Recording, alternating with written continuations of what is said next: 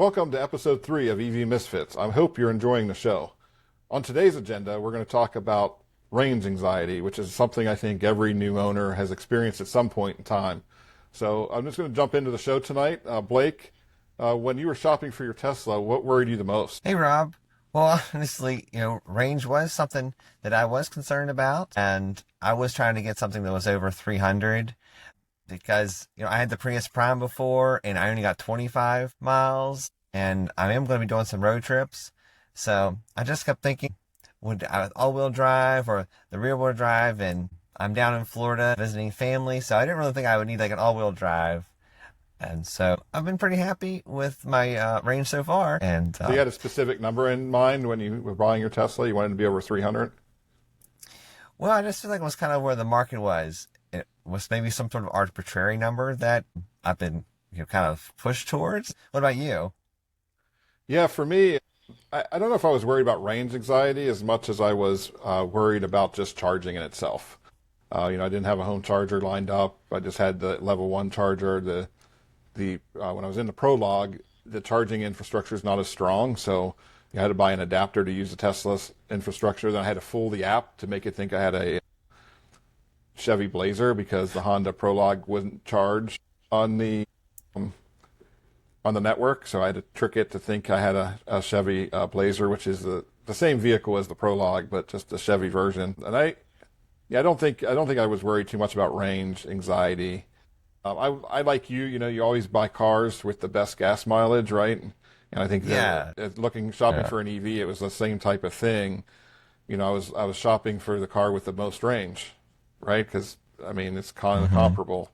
So for me, that's what I really was most worried about. Was just the range of that Prologue you had? It was like 310, 315, somewhere in that range. Just over 300. Did that ever concern you once you got it? No, well, one time, I was driving, I drove right past a charger and decided not to stop. And in all honesty, I was thought I had enough mileage because it said I was looking at miles, not percent, right? And I was looking at the miles and it said, oh, you have 30 miles or 25 miles. And I was only 6 miles from home.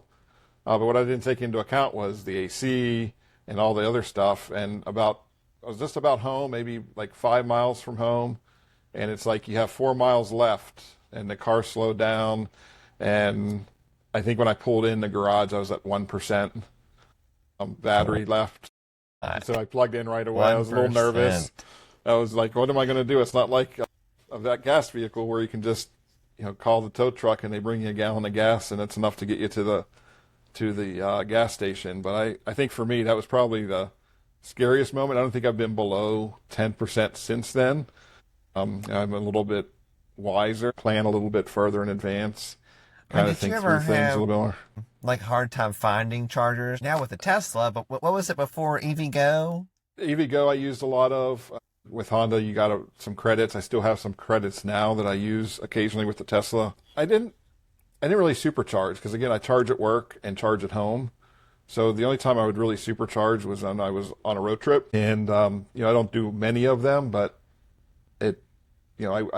I always still to this day, I find myself, even though I don't have to stop to charge, I stop and top off a little bit. If I stop, like I go to Wheeling, West Virginia a lot, that's where I grew up, and there's a supercharger at Cambridge, which is about halfway. And so I usually stop there, plug in, get some food, stuff like that. And then, it's not too bad. Yeah, I think a long while back when we were thinking about the EV chargers and all this going up, I was thinking, well, are the gas stations going to adopt it? Back home there, Sheetz, right, is a big gas station across Western Pennsylvania, and all. We love our Sheetz, just like Florida, they love their Wawa. And, we're just like, are they going to be putting chargers in? I'm excited because I love to go to Sheetz, but... Yeah, not too long ago I was reading, and I can't remember where I read this, but Iona, or Iono, I can't remember exactly what it is, but they're like a gas station, but they're chargers. But they entered a partnership with Circle K, which have gas stations nationwide, and I think the plan is they're to convert half the gas station to EV chargers. And so you'll have both at the Circle Ks, which would really be nice. I still think EVs are the way of the future. I think automobiles are going to continue to come out with new EV models. I think we're just in some bad times with the economy and that right now. you know, on the flip side, with being in the bad places with the economy, I think it's helping boost sales too, right? Because people can't afford gas prices, and they're doing that. But as far as that infrastructure, I wasn't too worried about it. I have a question for you, Blake. When was the Oh, first sure. time you realized that range anxiety might not actually be a problem? You know, you wanted 300 miles. I know you've done a lot of road trips, but outside of that, when did you realize that it may not be a problem for you? I know. I asked you a lot of questions when I was getting the Tesla. I was like, okay, what do I do with this? How do I do this? And well, this happened to me. Like, I knew it could happen, right? Especially going to West Virginia for my first road trip. And yeah, I literally got stuck in traffic in the middle of the night. So there was no phone a friend. And so I started, Rob's prepared me for this low power mode, turn off Sentry. Yeah. So I was like 20%. The charger was still a little far away, but when you're just trying to like stay comfortable in the car and you don't know when the road's gonna clear, started worrying a little bit. But during that time, being able to do a few things like that, one of the tips was don't run your AC, but because the Tesla has the heated or cooled seats, just Yep. use that feature to save a couple percentages. But lo and behold, ask Grok if you're in that Yeah. situation too. If you're like, oh, how do Yeah. I do this or that? Grok to the rescue, and yeah, it was no big deal at all. So that was really a good enabling a moment to let me know that this is going to be okay. Good. Do you think you don't charge at home? I think you recently said you might be looking for a place where you could charge at home. Do you think it changes the equation at all if you can charge at home? Well, if I quit putting miles on the Tesla, I just crossed the 8,000 mark with this road trip. Yes, at least ending the road trip, right? It's like, oh, okay, well, I'm going to get to my home. Oh, now I've got to stop. If I'm at 20 now, because I have to go to work the next day or something. So there's a little bit of just that back and forth that, yeah, if I could charge at home, then yeah, I could show up with 10%, no big Yeah. deal. Yeah, it's super Uh, nice to just plug in when you get home and not have to worry about what percentage you arrive at home with. uh, Because at the end of the day, it doesn't matter as long as you have enough to get to work the next day. For me, because we both charge at work, so although that charger is very slow, it still gives me the charge I need each day. is it level 2? It's level 2, about 16 amps is all I get because there's so many chargers. I know the one So in my it's work, it does pretty much take all day to kind of go up to 80%, at least six yeah. hours. I was thinking, is that about right? It would take, Yeah, it that's just on depends that on the level charger, 2. how many other people are Yeah. It's charging. one of the charge point type Yeah. devices. So so you've only had your EV, what, 2 months now? 1 month? I think you just made your first car payment, right? Yes, yes. It's gone quick. The miles have So added up. in that month, have you ever felt that you might have made a mistake buying an EV? No, not at all. It just because when I look at the app and I'm like, oh, I would have had to pay double this, and I've traveled so much. Literally, the savings is almost the car payment. Not quite, but when you Yeah. look at it, it's like, wow, if I would have actually done all this driving with a gas car, which, I might have not took the trips because of the self-driving, right? That's why I hopped into the Yeah. car and went. And, who knows what life gives you, and you got to get in the car. Like I said, my family, they don't live as near the airport as I'd like them to, and got another trip planned here at the end of July that's, going to take me. Like I like to fly Frontier, right? And Frontier Airlines, they'll go from St. Louis to Orlando, south, or they'll go, north easily, but across the country, particularly like to Washington D.C. It's a trek. Hmm. It's a trek, or like to Philadelphia. You'd have to fly from St. Louis to Denver, and then do a Hmm. 5-hour flight to Philadelphia or something. So Okay. I'm looking forward to a couple more road trips, and so that's for me. Looking back, life is short, and I'm all about the relationships and people we know, and be able to get out on Yep. the road and visit friends and family. So that's for me the value there. I really have appreciated. Yeah. So, did you have any trouble like planning your charging stops? I mean, did that fall into the anxiety? Like, so once you've got your Tesla and now you have the route plannings integrated, like, Yeah. have you just felt I like that to me? Like, I'm just getting in the car and going. Are you feeling that too? Now, yes. My first road trip was maybe about a month after I got my EV, first EV, which was last summer. And I was just going to Cleveland. I was in Wheeling for alumni weekend, and then was driving to Cleveland, which is about another 2-hour drive. I was there for the week and then drove home. And what I found was like I was really anxious about charging. So I was like, I woke up, went to the superchargers, topped off my battery, did my driving through the day that I needed to do. I topped off again before I went to Cleveland, stopped outside of Cleveland to charge again. Like I was really anxious about it. And anymore, I take a trip. When I left Wheeling 2 weeks ago, I literally was like not even going to stop to charge. I think I did just because I plugged in at the supercharger when I went into Sheets. And I think I spent like $4 and got like 8 or 10% more battery. But I think back, like, why not just plug it in? Tesla recommends it plugged in. If it's not driven, it should be plugged in, is what they say. And a lot of that's because, especially in the winter, by having it plugged in, when you precondition your car in the morning, it's using the electricity and not the battery. And range in the winter, I will say range anxiety in the winter I think is higher than in the summer because those heaters do use a lot of the battery. Not a lot. Like I'm not saying like, oh no, it's going to be horrible, but you do see some degradation coming from winter. Like if you're used to driving to work and it takes 10% of the battery, it may take 15% of the battery in the winter. And it's the cold temperatures, right? Batteries don't function good cold. They function when they're at the optimal temperature. And so that the winter was really rough for me with the range anxiety because I was like, oh man, I don't know what to do. But like you said earlier, use the heater in the seats. It doesn't use as much electricity, stay warmer that way. But I would say that. I mean, again, I wouldn't worry about it. Now looking back, going through my first winter with an EV, I don't think this winter I'll worry about it as much. But I definitely noticed it. In the Prologue, they measure it was kilowatts per mile. And I was normally getting about 3.5. And in the winter, I was getting about 2.5 kilowatts, using 2.5 miles per kilowatt hour. So it was definitely a difference between summer and winter. Plus just the conditions. Ohio was really cold, so the colder it gets, sitting in traffic, that battery's not staying as warm all the time. And so they definitely noticed some anxiety in the winter as opposed to the summertime. I mean, summer, it's prime driving. So you think it's more like range anxiety, or is it more like a charging anxiety? I think it's a learning anxiety, right? It's a lack of knowledge. I would encourage anyone who's considering an EV or thinking about going into the EV market, like really just do your research. Watch podcasts, watch videos, understand, learn from other people who have gone through it. I didn't do that the first time through. A colleague bought an EV. I'm like, I want an EV.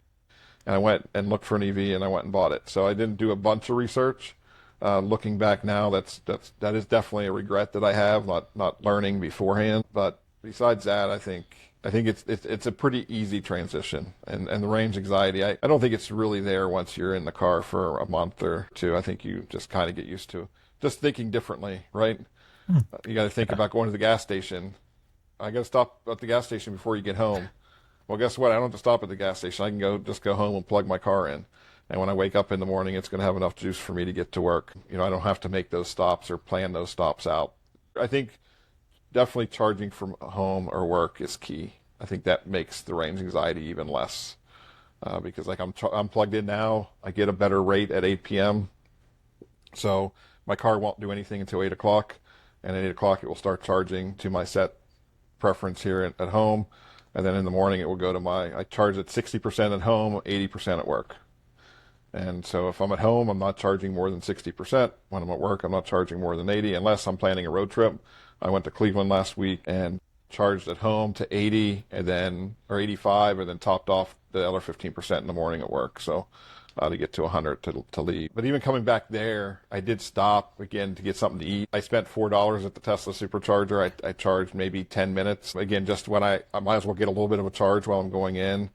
I wanted to get home about 35% just for the next morning. I wasn't sure exactly what time I was going to get home, what time I had to leave. And I got home, it was 20% is where I was at. So it worked out perfectly. I didn't get anxious about it or not anything like that. So I really like having the percents. The number of miles, that still maybe gives me a little of the heebie-jeebies with it. Because how many miles do you actually drive to work? for me, Yeah. it's maybe 15 to 20 miles one way, so about a 30-mile round trip on a day. Again, I could charge with a Yeah. level 1 charger with no problem, like Sure. getting to 60%. Most of the time, I'm not even charging at home, right? I charged 80% at work. I came home today. I was at 72%. So again, I used 8% of my battery to get home. At the end of the day, 8%. like 8% of Yeah. the battery is all I Right. use. I 8%. don't know how many Yeah. miles were it decreased. I just look at that percent and kind of range from there. Blake, I know answer to this question, but when was the last time you actually drove 300 miles in a single day? I think you just did that this weekend. Oh gosh, yes. And I was trying my streaks and everything, and I did see the 100-mile streak celebration a couple of Yeah. times. But yeah, the route was just all planned out. We were stopping at the Chargers, So if you as it weren't going on the road recommends. trips, how often would you Oh, drive 300 miles? right. Never. Yeah. I mean, even going to Wheeling, round trips Yeah. 240 miles, right? That's round That's trip. part of it. Exactly. It wouldn't even push it. I mean, like my commute to work is, I mean, maybe 20 miles. If that's a 40 miles a day, it just when I had the Prius with 25 miles on a charge, that's really pushing it. It might even not get up to 25 miles in the single charge. So this, if it's over 100, at least, you can get to work and back. So, yeah, like a 200-mile car, or something. But again, I think like we just talking about, it's the miles per gallon. They're just trying to get a good mid-range at one small, medium, large, right? Oh, I don't really want the medium 200. Oh, 300. Oh, large. Oh, okay, I'll take the large. And then the kind of way to trick you. Oh, if somebody gets 285, oh, I need to get the 300 one. That kind of Yeah. Why do you think people insist psychology. they need? Why do you think people insist they need 400 miles in EV range to buy an EV? Like they're. I've heard people say that. Like I'm not going to buy an EV Yeah. until you can get 400 miles on a charge. Yeah, I mean, right, because the Prius can get about 10 gallons of gas, and you might as well say it's maybe 50, 45, So just kind of say you can go up on a tank of gas around 450 miles. So I think they're just trying to push it up to that so it could say like, oh, it's the same charge as a gallon, full tank of gas kind of thing. Yeah. Yeah. So you've taken a lot. This is your second trip to Florida, I think, right? Yeah, I So can't that's a believe it. pretty long road trip. But How many miles in total one way? that's around 1,000 1,000 miles. And so miles. What? with a 1,000-mile trip, 300 miles range, you're charging at least three, four, five times. Getting close to What? 6. Yeah, Okay. So sure. what were you nervous about the first time you took that trip, knowing you're going to have to stop that often to charge? Uh, well, I wouldn't say the visibility. I mean, it makes it so nice with all the routing. I guess I was just kind of worried about the cost a little bit. Just trying to, the 40 cents, is it going to be the gas? I've Yeah. realized that all the chargers are in pretty decent spots. And so the car got me there with the self-driving has been key to all of it. But the Yeah, I think for range, me, one of the I things I could, realized, yeah. like if you're road tripping, right, you're going to Yeah, we want stop. to stop. Yeah, exactly. We You're want going to to stretch. stop. You usually travel with your dog. Your dog needs to get out and go to the bathroom, right? Yes, the dog came And this trip with us. when you when Yeah. you're stopping at a gas station, most of the time you're going to pump gas first. Going to stay at your vehicle while you pump your gas. Then you're going to go in and use the Yes. restroom. Then you're going to probably get a cup of Yeah. coffee or some juice or soda. Then you're going to get a snack, right? And Maybe look around the store a little bit, and then you're going to get back to your car. How much absolutely. time do you think that usually takes just to do those things? It was 20 minutes, and 20 literally minutes, right? we still needed more time because we were then drove over to get Culver's. Yeah. But So, yeah, that was on a road trip, right? right. And and I think if you watch the way it routes you, one of the things I'm intrigued always by is they don't charge you to charge the battery, they charge you to get you to the next charger. right? And so your To the stops next are charger. smaller. Absolutely. Now you could Well, charge it's like more, 5 right? minutes. Yeah, I Right. could say Yeah. they want you to charge for 5 minutes, but they're trying to get you not having to sit still for long, right? And so I never think I would just sit. Well, I do when I went to Sheets the other night. I charged for 6 minutes, and left. But I think that's really neat analogy, right? Like gas stations, Absolutely. people think they're there 5 to 10 minutes. They're trying to get you at a charging stop for 5 to 10 minutes. Yeah, you have to make frequent stops, but at the end of the day, they're not long stops at all. And I think that's kind of a misconception out there as well. Like, oh, you're going to spend hours at a charging station, and it's going to take your 12-hour trip's going to double the time. You're going to take 24 hours to get somewhere. I mapped out, but I go to North Florida in the spring each year, early summer for vacation. I mapped it out. It's usually a 12-hour trip. It was going to be 15 hours with charging. Yeah. This trip, I was just happy to be less than 24 hours Yeah. because you get tired. A lot of people, they road trip to Florida, they ended up like stopping, right? Getting a hotel.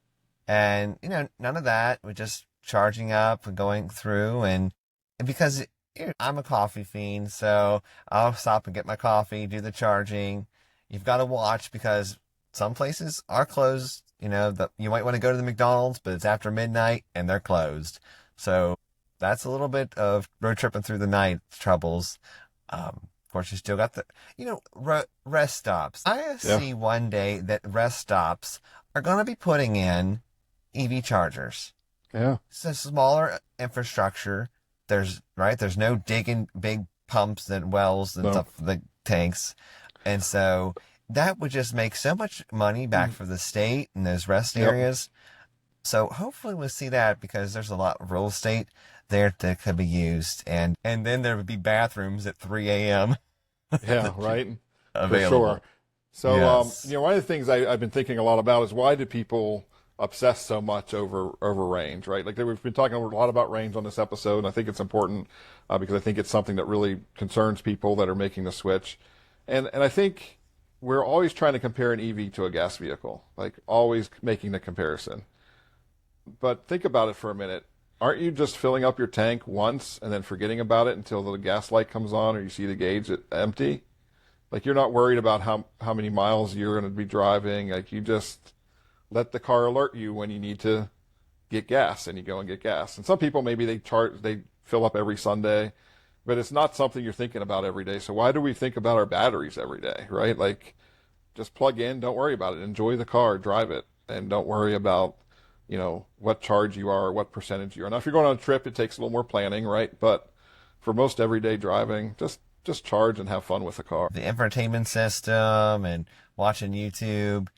And the car will literally drive you to the charging locations. Yeah.